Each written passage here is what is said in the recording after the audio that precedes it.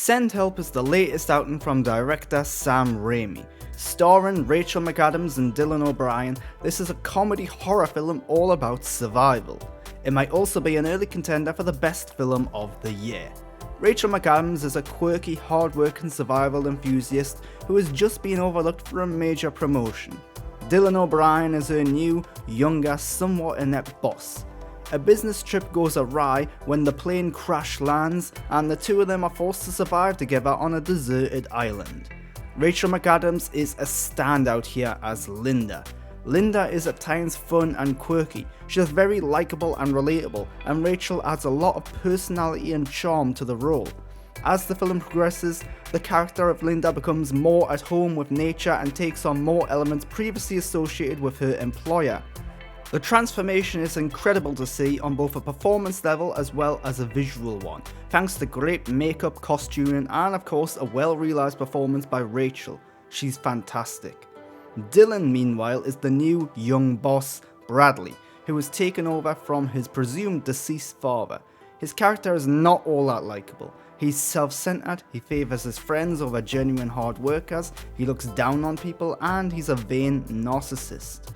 This makes the majority of the film very fun to watch. Seeing someone of his limited capabilities forced to rely on a supposed inferior, and to essentially see him slowly getting his comeuppance and being humbled is a joy. The character is occasionally one-note and a touch stereotyped, but it works really well for the story being told, and Dylan does a good job here. Sam Raimi is in the director's seat for Send Help. In classic Sam Raimi fashion, there's a really good mix of comedy and horror, although I would hesitate to call Send Help a comedy or a horror film. The comedy is at times hilarious. There's a mix of classic jokes and one-liners, plenty of visual gags and callbacks, and some gross-out humour too. The horror, meanwhile, is a little less creative, but still effective.